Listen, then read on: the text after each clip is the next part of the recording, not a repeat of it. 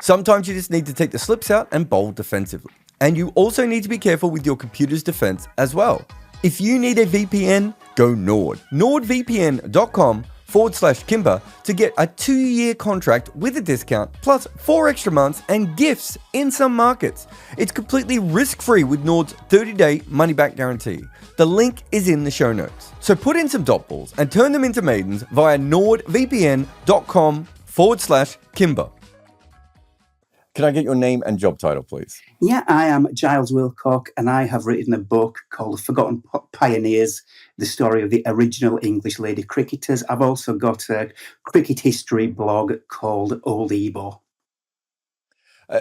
This is a story that I can't remember when I first found out about this. Might have been when I was doing the history of men's test cricket, and I came across this story, and it blew my mind that before 1900, there was a professional women's league. And, you know, there's always, you probably find in my work or, you know, Abhishek's work or Arun's work, you know, a lot of the sort of more internet level historians, we all kind of talk about it, but there isn't much there. And I remember Abhishek saying to me when we're writing a book about that, you know, the history of teams when they play England for the first time, and we have a chapter on the women's team in it. And Abhishek was like, "Oh, you know, we should just get Giles's book." And I was like, "What? There's a whole book on this?"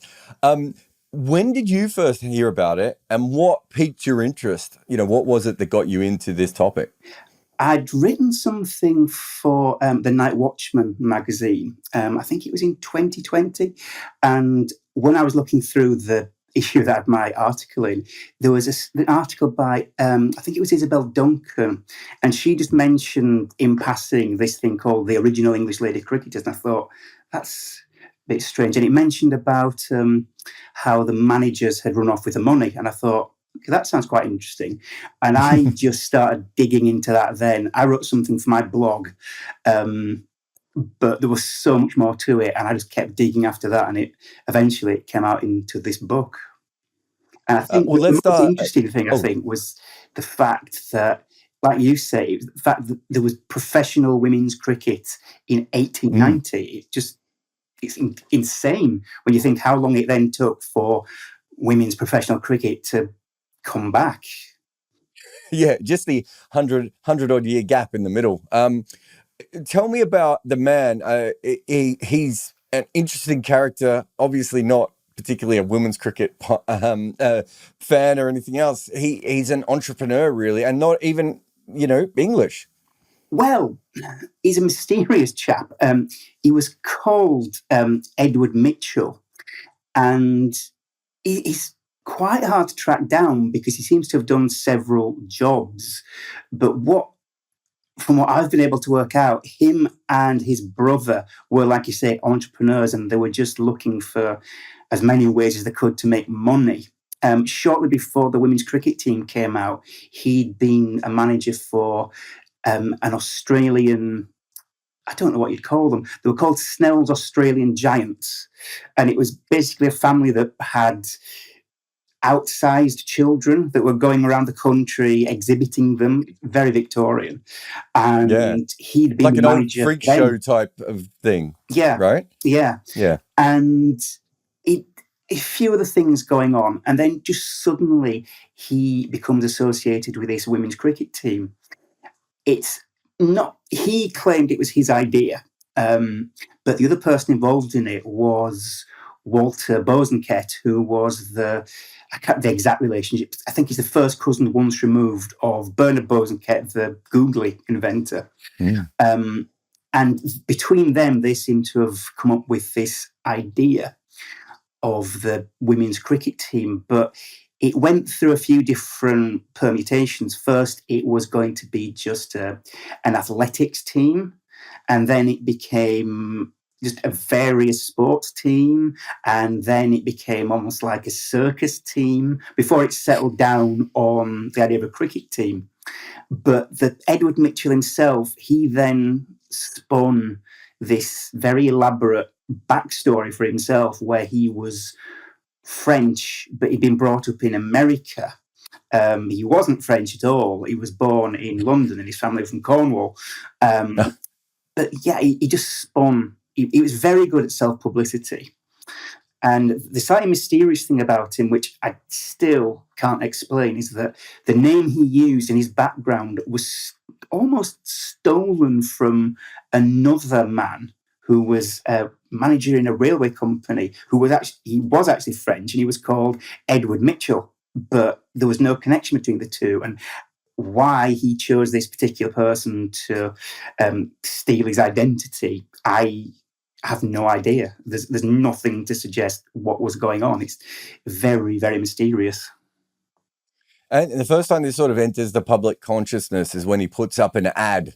And it's quite clear from the ad that he's not looking for the greatest 22 cricketers in England. He's looking for younger women of a certain sexiness. He doesn't quite put it that way, but he's clearly looking for, women who look attractive, who will look good on a cricket field, rather than athletic women who are already good at cricket. Yeah. And the main ad was the one, I think the main focus for that was you're looking for tennis players. But that was when it was all very fluid, and I don't think he knew what he wanted back then.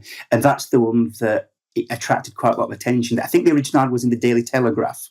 And then it kind of got picked up as one of those novelty stories, and all the other newspapers copied it. And suddenly everyone was talking about this women's cricket team. But then at the same time he was doing that, he also had put in adverts in other newspapers, especially theatrical newspapers, looking for, I think it was things, he was looking for a professional cyclist, he was looking for theatre costumes, leotards, tights, somebody that was experienced with the trapeze. So yeah, he was covering all his bases pretty much. And your book is based on newspaper archives and going back through, because this was a big deal at the time. This was covered quite a lot, right? I've lost you there. Oh, sorry. I'll just ask that one again. Yeah. What was I saying? Your book is based on newspaper archives, and one of the reasons you could do that is, even though it's not a particularly well-known story today, it was clearly at the time talked about quite a lot. It was massive, and there were so many newspaper stories. Every newspaper covered it, and there was quite a lot of national attention. The theatrical newspapers covered it a lot because there was always that link with theatre. And a few, Sporting Life covered it a lot. They were very interested in it. And then every local newspaper where they went to visit around the country, they covered it as well. The only people that didn't really touch it were the more respectable ones. So I think the Times didn't mention it at all in its first season. The Telegraph mentioned it once. And then the big cricket publication at the time was Cricket, a weekly record of the game. That was the really big cricket publication then. That didn't mention them at all, apart from one very vague mention at the end of the season. They just didn't want to touch it. But the rest of the press, they loved it. They couldn't get enough of it. From a cricket perspective, the cricket wasn't of a great standard, because that wasn't why any of these women were recruited in the first place. But from a spectacle standpoint, it clearly worked, because lots of people went to watch this, and it made money. Yeah, a huge number of people went to watch it. You have to be a little bit careful with the attendance numbers, because a lot of them were guesses. But if they're saying there's 10,000 people watching, it's obviously going to be quite full at the ground. But yeah, there was a huge number of people went. As far as we can tell, again, you have to kind of work it out, but it made a big profit. In terms of how good the cricket was, it's hard to say. There were usually about 22 to 24 players that were kind of in the squads, not the right word, but that kind of thing. The group, yeah. And of those, there were about 8 that, from what it looks like, they were very decent cricketers. But the rest, like I said, they were picked for other abilities, particularly for what they could bring to the theatrical side, because after most of the games, they went to local theatres and music halls to put on a show. And so you had people that were gymnasts, you did have a professional cyclist, you had people that could put on dancing displays and become the trapeze. But there were about 8 who were pretty good cricketers. One in particular, she was called, well, her real name was Violet Lyon, but she called herself Violet Westbrook.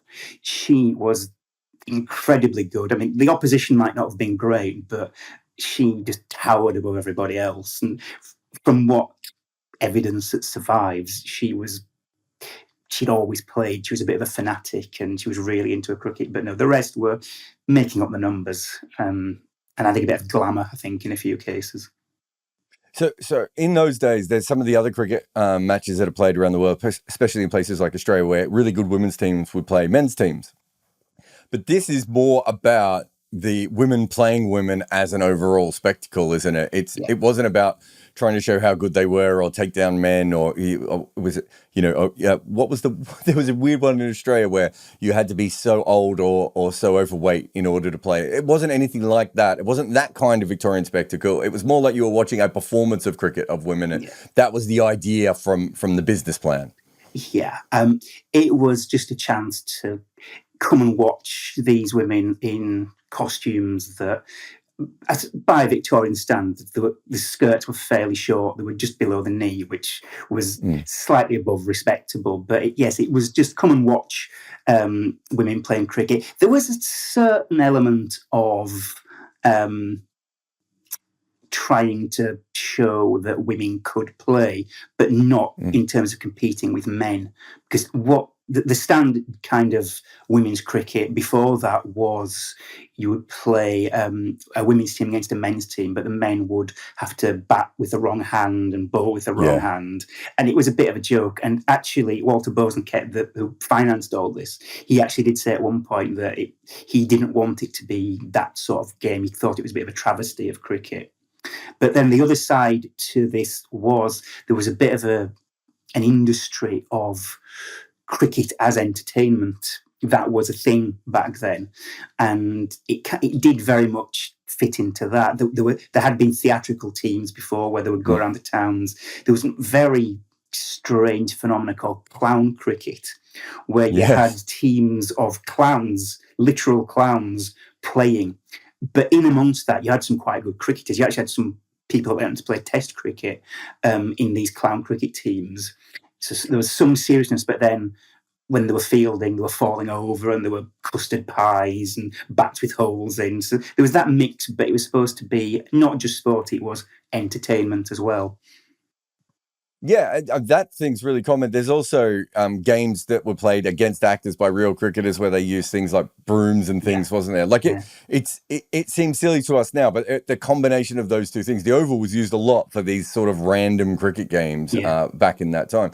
Just to go back to the after the after match musical drama society events that they were putting on. If you think about it, it's quite clever, other than the fact that poor women would be exhausted after playing cricket all day, then have to go and put on another show. But they were really maximizing the amount of time in each town and probably going to two slightly different audiences as well, right? Yeah, it was very much, it came as a package, but it was definitely, one was aimed, certainly as the idea developed, it was aimed at the sporting audience, but then in the evening it was aimed at the music hall audience. And I think part of the idea was you could see these women playing cricket in the day, and then you could watch them fencing at night, or singing, or playing the banjo, or quite a few. It's hard to be sure, but quite a few of the players seem to have had some sort of background in theatre and performance.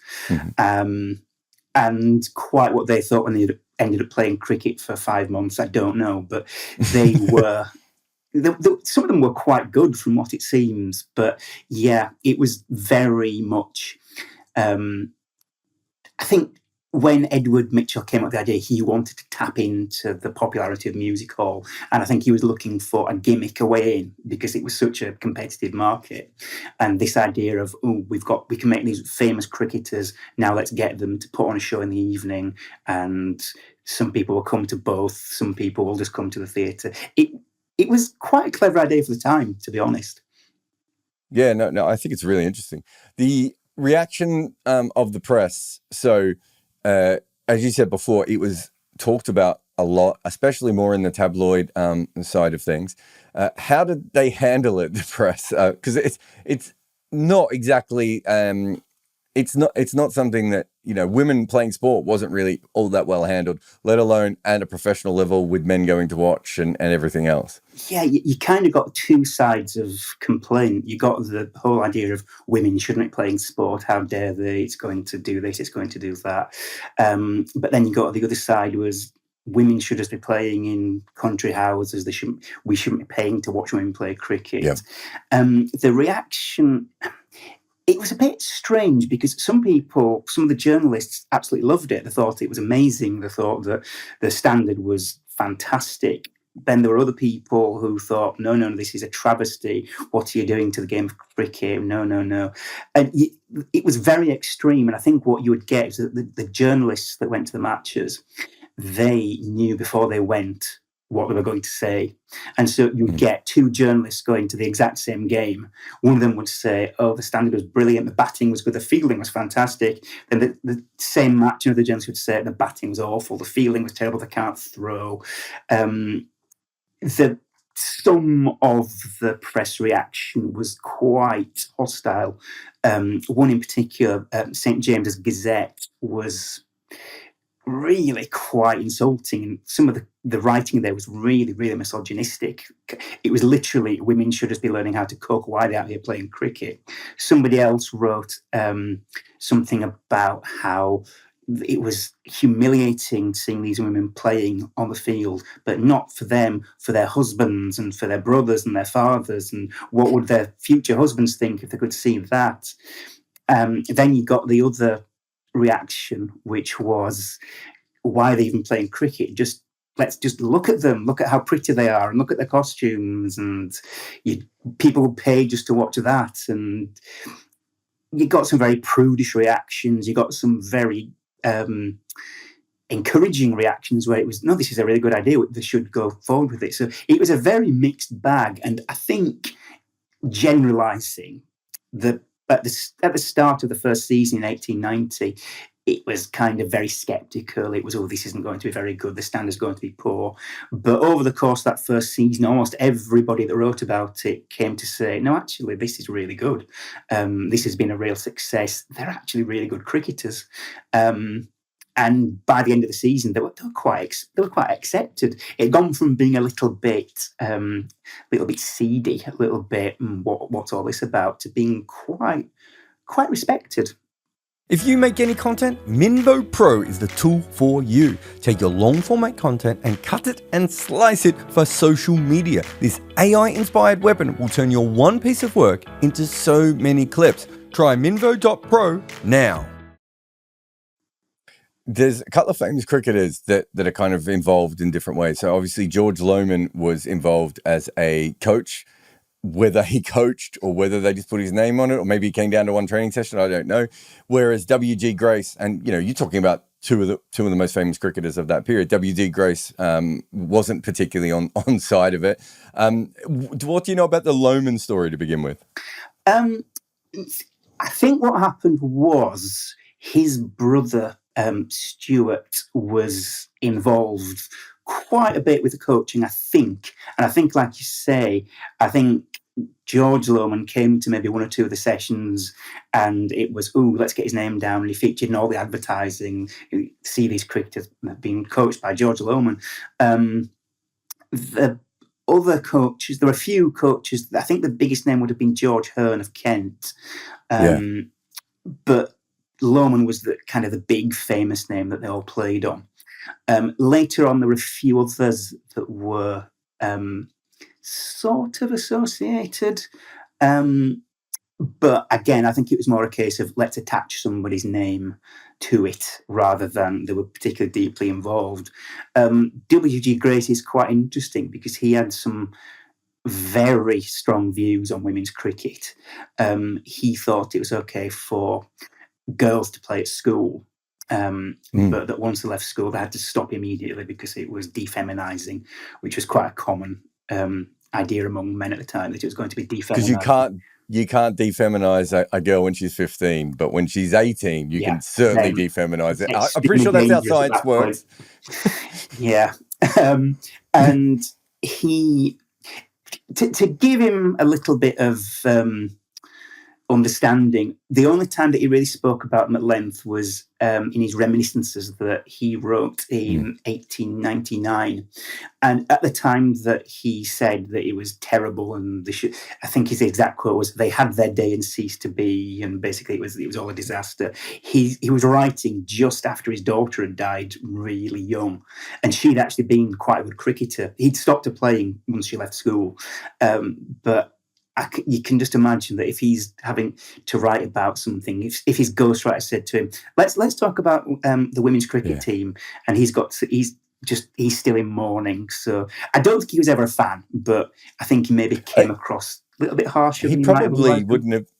Yeah, he probably wouldn't have seen it, right? Like, I'd be surprised if he went to any games. No, there's nothing to suggest that. There were a few first-class cricketers that did go to games.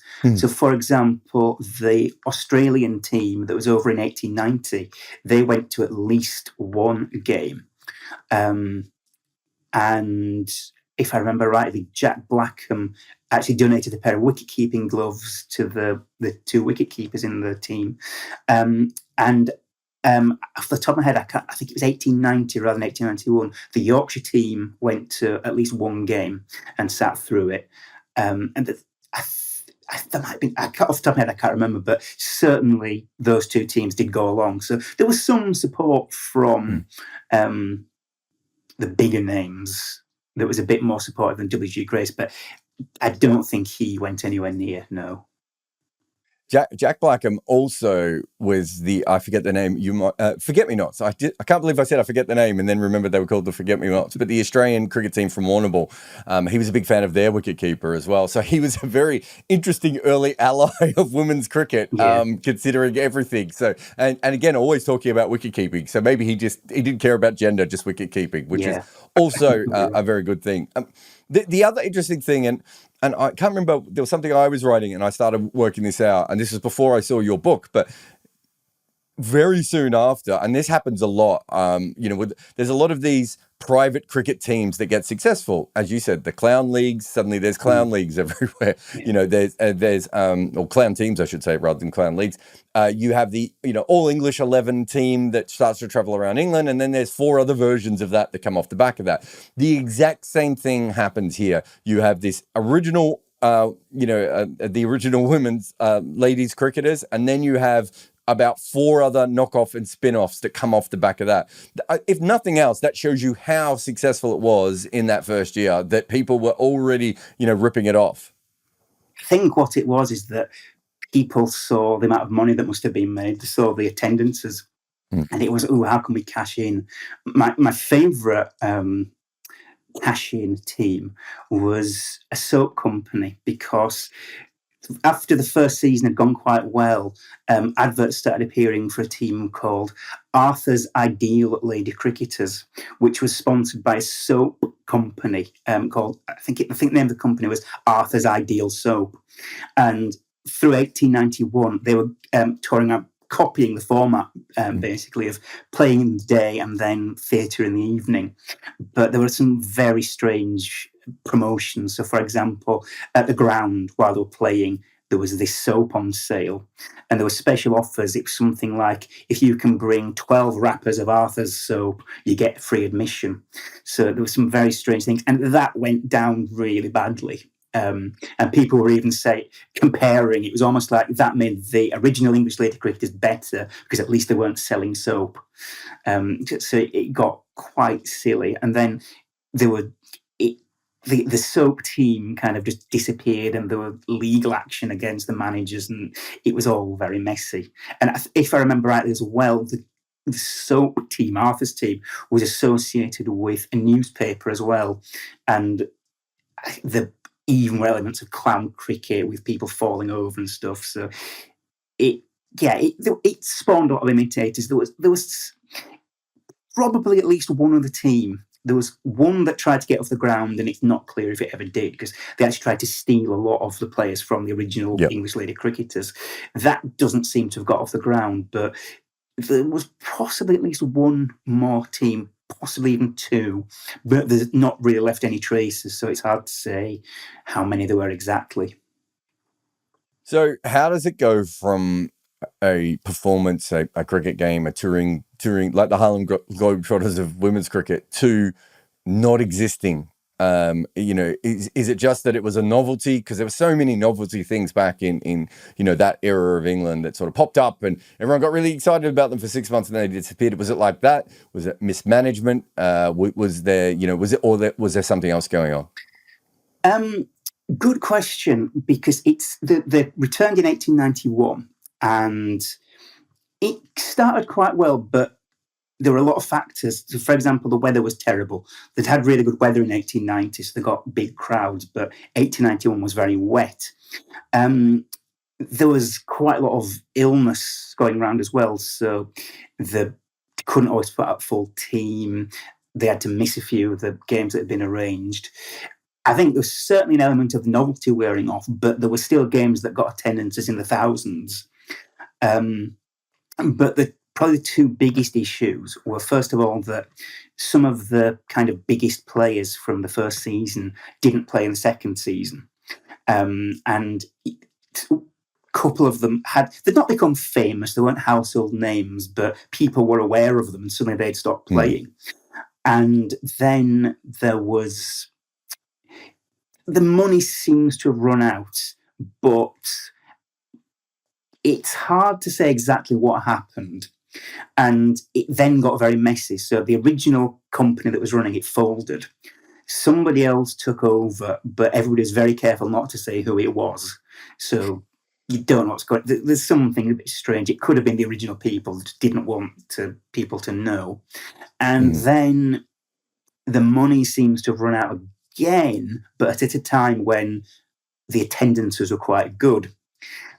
And eventually it just fizzled out. The team just stopped appearing. But then a few months later, a story appeared in a newspaper, The Star, which accused the managers of the team of effectively running off with all the gate receipts. And that culminated in a court case where somebody was found liable for unpaid wages. But again, it all went very quiet on this idea of fraud, and it was almost like it was being hushed up. There's some behind-the-scenes deal going on. It's all very mysterious, but it's a combination of things, and quite probably a little bit of fraud at the end didn't help matters very much. I mean, it rarely does. No. When you get to that point, what happens afterwards? You said some of these women were well known. Obviously, by this point, Edward Michel, or whoever he was had built a reputation. He had a successful business. What happens to all these people? Do some of them go on to lead extraordinary lives? Do we even know who they all are? I mean, it sounds like we don't even fully know everything about him. No, once it all collapsed, the final kind of dregs of it died out in 1892. There's a few of the women that we can trace. There's a few we don't even know the names because they played under false names or they had really common names, and it's just impossible to trace them. Of those that we can trace, most of them seem to have gone back to a very ordinary life. Edward Mitchell went back to his old job, probably working for Walter Bowes and Kett, but it's hard to be sure. But he went back to, I think he ended up being a travelling salesman. The only ones that we know a little bit more about of the team, there was one of the team captains who went by the name of Daisy Stanley. That wasn't a real name, but that's what she went by. And she tried to carry on. She actually left the team early and tried to set up her own team. We don't know how successful she was. And then a couple of years later, she tried to set up an athletics team, like an athletics exhibition team going around the country. But then she seems to have given up and she got married and went for the quiet life. The only one who carried on doing slightly extraordinary things was a player who went by the name of Marie Beckenham. And she wasn't much of a cricketer. to be honest. But after she'd finished, she went into theatre, not as an actress, as a manager. And she had a career in theatrical management for the best part of 50 years. And she was actually really well known and really well respected. She had, when she died in, I think it was 1957, she had an obituary on the stage. She was that big a name. And she was interviewed in newspapers. So she kind of carried on. And ironically, her real name was Mary Willett, and she called herself Marie Beckenham to play cricket, but she kept that name for the rest of her life. And so she was always known when she was working in theatre as Marie Beckenham. And she was the only one of the players who was interviewed in later years. She did an interview in 1956, and she kind of talked about it a little bit. And she donated her cricket costume to the MCC, and it's actually in the Lord's Museum still to this day. I suppose my last question is, why do you think it didn't happen again? I think class plays a part a little bit, because the professionalism, having an all-professional cricket team in the late 1800s actually happened quite a bit, right? By the 1900s, men's cricket doesn't have all-professional teams all that often, and they disappear. So from, 1830 to 1895, there's quite a few professional men's cricket teams, and then they disappear. So I'd assume class and professionalism played a part. Also, women's cricket becomes really an elite sport. The sorts of women who play are, from landed gentry and the 1%, however you want to put it. But even within that, it feels like at the very least there should have been some money to be made, so someone could have come up with it again. But it just never happens, and it just sort of disappears until 2012, 2014, when the England women's team become the first professional players. It's hard to say, because there was a few years after the cricket team collapsed, there was a very similar thing with a women's football team in, I've forgotten exactly, I think it was 1895. That was very similar. It did well for a year and then it fizzled out. But it was almost as if the people had been burnt by the reaction to these teams in the end, because once they'd stopped playing, it was the only coverage you got was, when those women tried to play cricket, it didn't work, did it?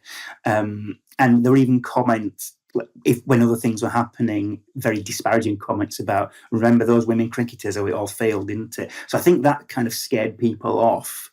And I think, as you say, there was just that change in cricket where professionalism had to be controlled, and if men professionals were having to be controlled, there was no chance for women professionals. But I think the other side to it was that, like you say, women's cricket became very elitist, and when it took off in the 1930s, it was entirely amateur, and there was not even a hint of professionalism, and it was very much a case of, oh no, we don't want to be tainted with professionalism. And I think the whole kind of idea that you got in late Victorian England, that you could basically try anything to see if it worked, that just went away. It was no, we have to do it like this now. This is how it should be, and that pioneering idea of, let's try this. Can we do this? That faded away, and so it never got repeated. Giles, thank you so much for coming on. The book is called Forgotten Pioneers, the story of the original English lady cricketers, and good luck with it all. Thank you very much. If you make any content, Minvo Pro is the tool for you. Take your long format content and cut it and slice it for social media. This AI-inspired weapon will turn your one piece of work into so many clips. Try Minvo.pro now.